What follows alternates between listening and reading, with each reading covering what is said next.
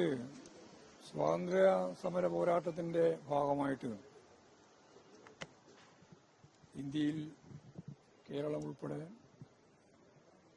നിരവധി ആളുകൾക്ക്, സ്വാതന്ത്ര്യ സമര പോരാളികൾക്ക് അന്ന് താമ്രപത്രം ഉൾപ്പെടെയുള്ള ബഹുമതി നൽകിയിരുന്നു. അങ്ങനെ ബഹുമതി നൽകിയപ്പോൾ അത് സ്വീകരിക്കുന്നതുമായിട്ട് ബന്ധപ്പെട്ട് പൊതുവായിട്ട് കണ്ട കാര്യം, അതിപ്പോഴ് പാർട്ടി എന്ന രീതിയിൽ തീരുമാനിച്ച് വാങ്ങുകയോ വാങ്ങാതിരിക്കുകയോ ചെയ്യേണ്ടുന്ന ഒന്നല്ല. വ്യക്തി സ്വാതന്ത്ര്യത്തോടുകൂടി അവർക്ക് അവരുടെ നിലപാടുകൾ സ്വീകരിക്കാൻ അനുവാദം നൽകി. അതിന്റെ ഭാഗമായിട്ട് എനിക്ക് തന്നെ അറിയുന്ന കുറേ ആളുകൾ വാങ്ങിയിട്ടുണ്ട്, കുറേ ആളുകൾ വാങ്ങിയിട്ടില്ല.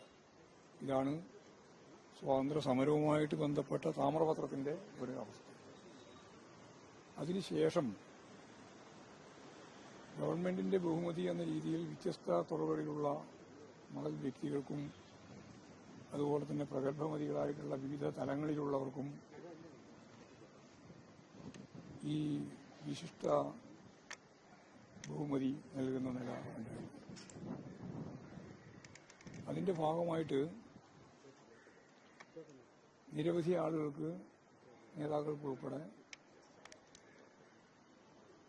നൽകുന്ന ഇത്തരം ബഹുമതികളിൽ നമ്മൾ കണ്ട ഒരു കാര്യം, EMSനോട് ചോദിച്ചിരുന്നു. EMS അത് നിരസിക്കുകയാണ് ചെയ്തത്.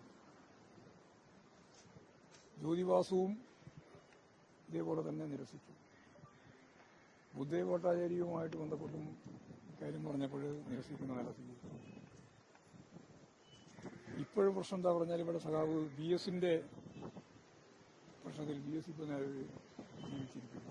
മരണാനന്തര ബഹുമതിയായിട്ടാണ് നൽകുന്നത്. BSന്റെ കുടുംബം അത് സന്തോഷത്തോടെ സ്വീകരിക്കുന്നു. ഞങ്ങളെ സംബന്ധിച്ചിടത്തോളം പാർട്ടി എന്ന രീതിയിൽ ഇവിടെ ആധികാരികമായിട്ടുള്ളത് കുടുംബമാണ്.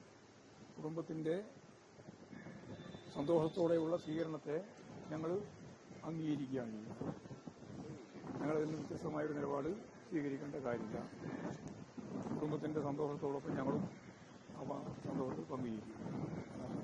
അത് സംബന്ധിച്ചുള്ള കാര്യം.